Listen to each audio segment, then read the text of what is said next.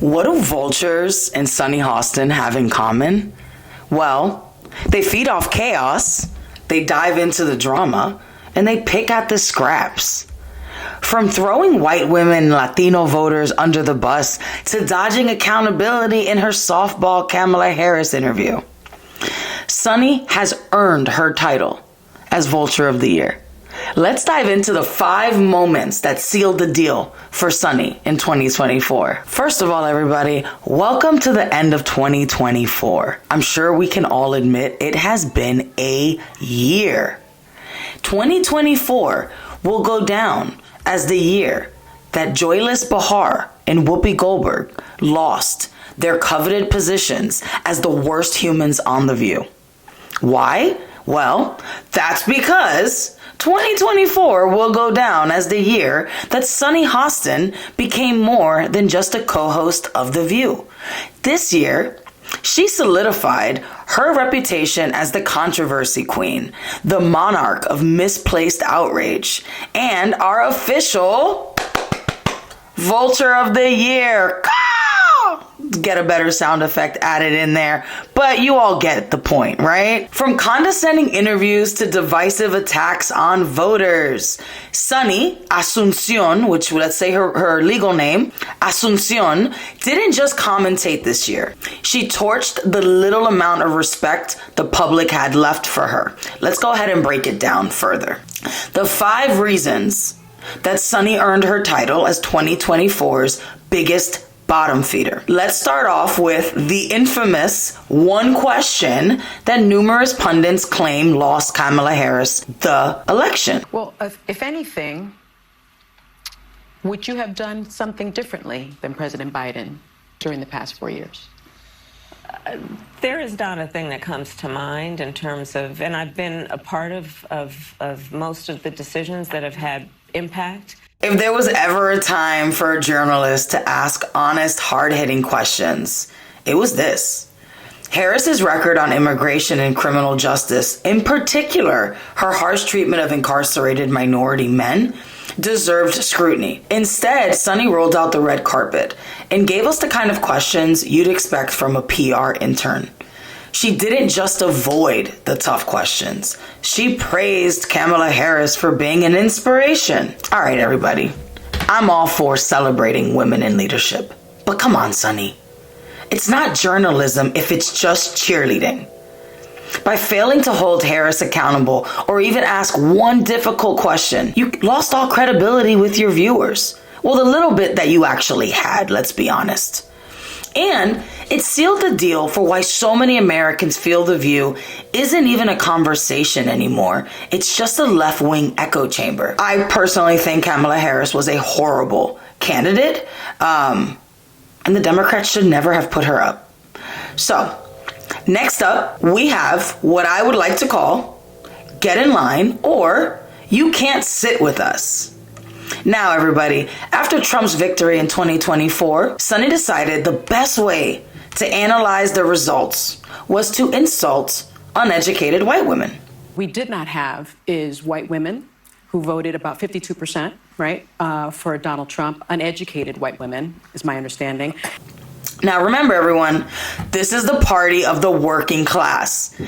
Now, isn't the majority of the USA uneducated by this measure? Like, my dumb self only has a high school degree. Why did they let me have kids?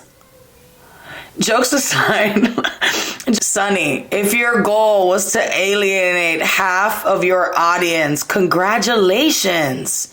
Once again, she boiled down a complex issue into an oversimplified narrative, writing off millions of women who are more than their degree status. And let's not ignore the irony here. For someone constantly championing empathy and inclusion, Sunny sure is quick to generalize and insult when it suits her. Let me also point out that there are women who do not support abortion. Mind-blowing, right? That not all women are going to jump on the same bandwagon because what's an issue to one of us may not be an issue to the other. And just because we're the same sex doesn't mean we think the same way. And I would think a woman would understand that. And then, in the same clip, there's Sunny. Important to note that her actual name is Asuncion, which she changed it to Sunny because she says that employers couldn't pronounce her name correctly. So I'm going to give her the courtesy of saying her name the right way. So, Asuncion, a fellow Latina woman, your take on Latino male voters was deplorable. In Sunny's mind, the only reason Latino men supported Trump was, wait for it, it's two words that we all know very well: misogyny and sexism. Oh, let me just throw in racism so we can get like the triple whammy, right? Now, forget economic concerns, border security, or the very real lack of policy from the Harris campaign. According to Sunny, it all comes down to machismo. Sunny, let me clarify. Reducing a community's political choices to outdated stereotypes isn't just lazy, it's downright insulting. Latino voters, like any group, are diverse and thoughtful. And your comments didn't just miss the mark. It showed how out of touch you really are, especially coming from a woman of Puerto Rican descent. My particular favorite part of her comment is that these men didn't care that most of their community would be deported. And why do you think Latino men voted in favor of someone that's going to deport, says he's going to deport the majority? Is Sunny aware that 19.5% of the U.S. population, according to our last census, is not undocumented? The majority of our communities are not at risk. The majority of our communities are not filled with violent criminals. So why is there an assumption that, one, we would be getting deported, and two, that most of us are undocumented? A simple Google search would have answered that question and would have helped you be a little bit more informed in your ignorant statement. Now, another hallmark of Sunny's 2024 reign was her outright dismissal of opposing opinions. Whether it was cutting off her co-hosts mid-sentence or belittling their viewpoints, Sunny made it clear, if you're not with her, you're beneath her. My favorite was her dismissal of Senator Bernie Sanders. As many of you know, Senator Sanders wrote a post-election statement in which he criticized the Democratic Party for abandoning working-class Americans, suggesting that this led to their electoral defeat. He urged the party to adopt a progressive agenda focused on economic justice to regain the trust of these voters. Y'all, this was hands down the best response that I read from anybody on the Democratic Party side, including our amazing, trusted mainstream media. It contained actionable insights that could really help the Democrats regroup, not only for the primaries, it contained actionable insights that could help the Democrats regroup for the next election. Instead, Sunny chooses to respond with her usual vitriol and details the list of third world charges and behaviors our government and DOJ took against Trump to keep him from running again. They have it. Every time Joe Biden bragged about how good the economy is, another vote of someone struggling went to Donald Trump. All right. Anybody else? I disagree. All right. I think that I'd like to reframe the conversation. I think Bernie Sanders is wrong. I think the more relevant question actually is, what is wrong with America?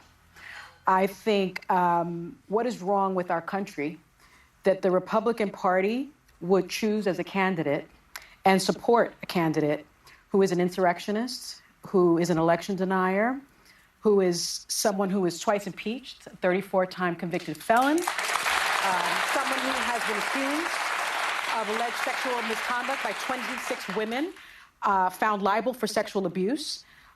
What is wrong with this country that they would choose a message of divisiveness, of xenophobia, of racism, of misogyny, over a message of inclusiveness, a message for the people, by the people, of the people? That is what the problem is. It's the Republican Party. And what's wrong with America? Let's be clear. If any of these people believed in justice or the rule of law, half of our government officials would be in prison for their corruption in blatant disregard for the needs of the people they are appointed to serve. Our media would be in prison for lying for the last 20 plus years and constantly stoking hate between the population so that we never pay attention to the fact that they don't do half of their job. They don't do anything that we've entrusted them to do. But they keep us distracted and fighting amongst each other. Now finally, there's Sunny's consistent, out-of-touch elitism. Whether she's lecturing the working class on how they should vote or defending billionaire policies while dressed in couture, Sunny has shown that she's more comfortable talking down to people than actually connecting with them. And it's easy to criticize from your studio chair, Sunny. But when did you last live paycheck to paycheck? Your privilege isn't the problem. Your inability to see it is. That you grew up in the Bronx? We get it. You grew up in the Bronx. That girl's long gone. So there you have it. From insulting voters to perpetuating discriminatory stereotypes, Sunny has proven one thing. She's not here to build bridges, y'all. She's here to burn them. All right. Hey, everybody. Let me know what you think.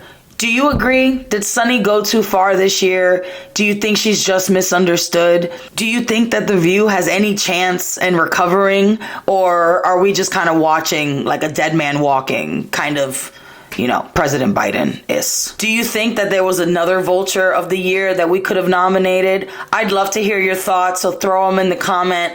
And as always, don't forget to hit like and subscribe. Until next time, stay bold, y'all.